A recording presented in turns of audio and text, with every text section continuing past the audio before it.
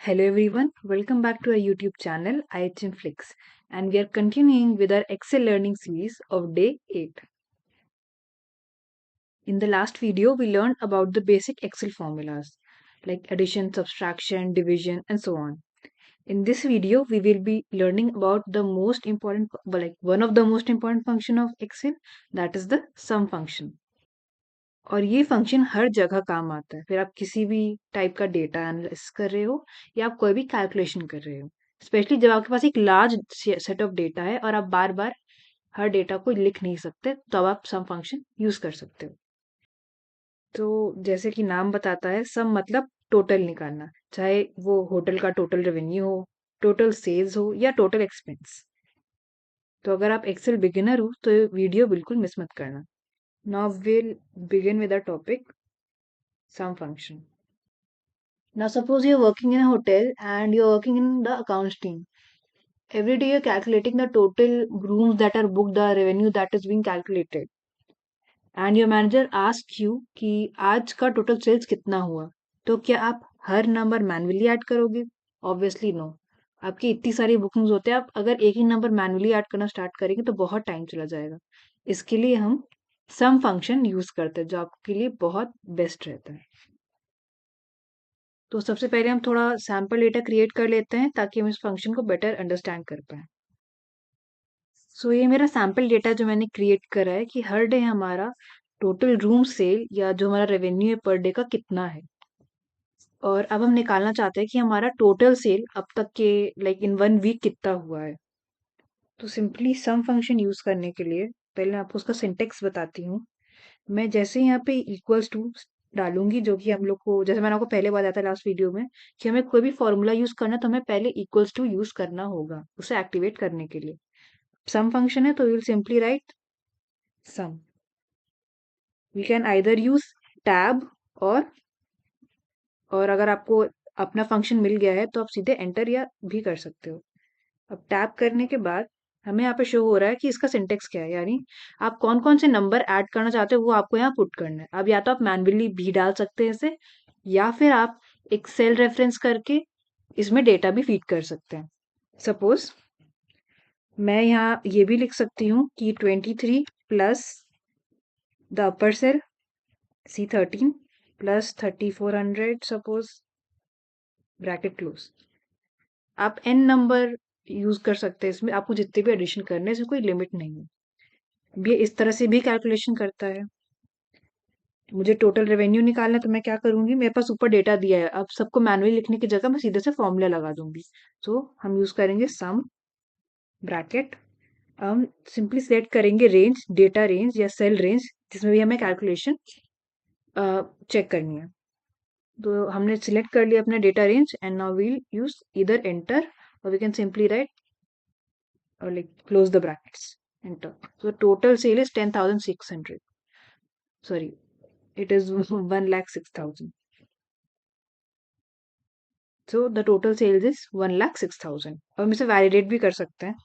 जब आप अपना रेंज सिलेक्ट करते हैं तो एक्सेल जो है हमें यहाँ नीचे कुछ एनालिसिस भी ऑटोमेटिकली प्रोवाइड करता है। जैसे एवरेज इतने नंबर जो हैं हमारे, जो भी डेटा है, इसका एवरेज वैल्यू क्या है 15142 एंड 0.85। काउंट कितने सेल्स हमने इन कंसिडरेशन लिए 7। टोटल क्या है, जितने भी नंबर्स इसमें 106,000। तो सिंपली आप ऐसे भी चेक कर सकते, कई बार आप एक्सेल का डेटा, ये तो मैंने आपको फॉर्मूला यूज कैसे करते हैं वो बताया। हम एक बार फिर से स्टेप बाय स्टेप चेक करते हैं कि हमें अगर ये फॉर्मूला यूज करना हो तो हमें कौन सा प्रोसेस फॉलो करना चाहिए। तो सबसे पहले मैं जिस सेल में भी चाहती हूँ कि मुझे अपना टोटल चेक करना है, हम वो सेल सिलेक्ट कर लेंगे। सपोज मैंने यहाँ लिखा टोटल। अब मैं इस C16 सेल में चाहती हूँ अपना टोटल कैलकुलेट करना।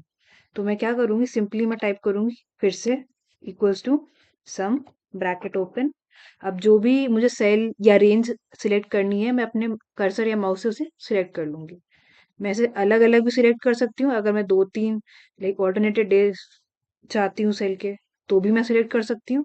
या अगर मैं चाहती हूँ कि मैं रेंज फुल लूँ तो मैं वो भी इसमें सिलेक्ट कर सकती हूँ। आप देख सकते हैं नीचे C7, C9, C13 और ये रेंज भी कंसिडर कर रहा है, तो आप इस तरह से सम फंक्शन यूज कर सकते हैं। अभी मुझे सिर्फ टोटल कैलकुलेट करना है, तो मैं फिर से अपना रेंज सिलेक्ट करूंगी, ब्रैकेट क्लोज एंड एंटर। अब ये तो मैंने आपको बताया कि सम फंक्शन कैसे यूज करना है। अब मैं आपको एक शॉर्टकट और सुपर इजी तरीका दिखाती हूँ सम कैलकुलेट करने का, जिसे हम ऑटो सम भी कहते हैं। अब सपोज आप फॉर्मूला यूज नहीं करना चाहते और आपको जल्दी से, आपके पास डेटा है, रेंज दी हुई है, और आप अपना कैलकुलेशन करना चाहते हैं कि आपकी टोटल वैल्यू क्या होगी, तो आप ऑटो सम फंक्शन भी यूज कर सकते हैं। अब वो कैसे करते हैं मैं आपको बताती हूँ। पहले मैं यहाँ से टोटल वैल्यू जो है मेरी, इसे डिलीट कर देती हूँ।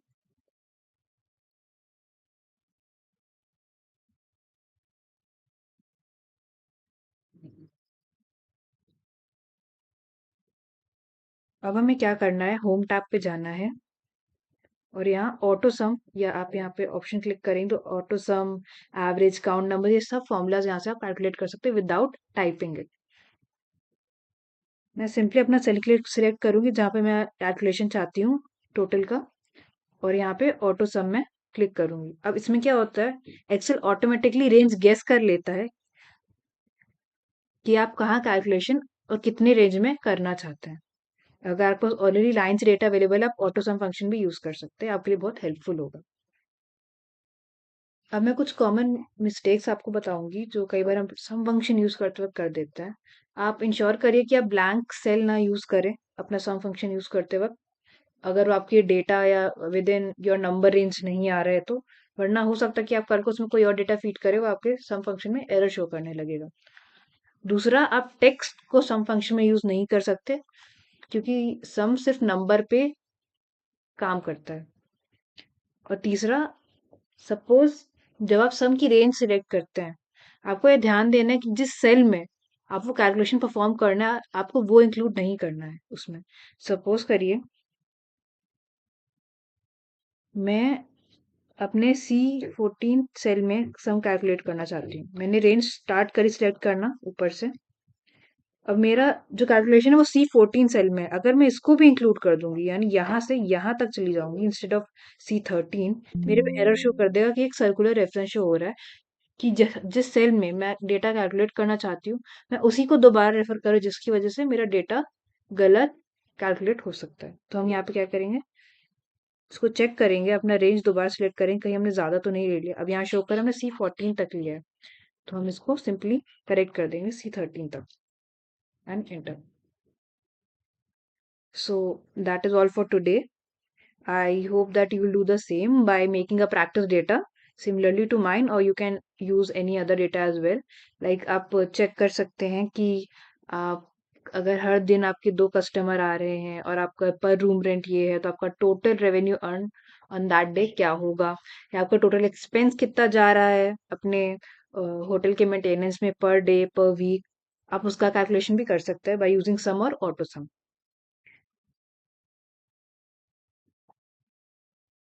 तो आज हमने सीखा sum function and auto sum function. In the next video we will learn about the average function. Till then, please do like, share and subscribe our channel iGymFlix. Thank you.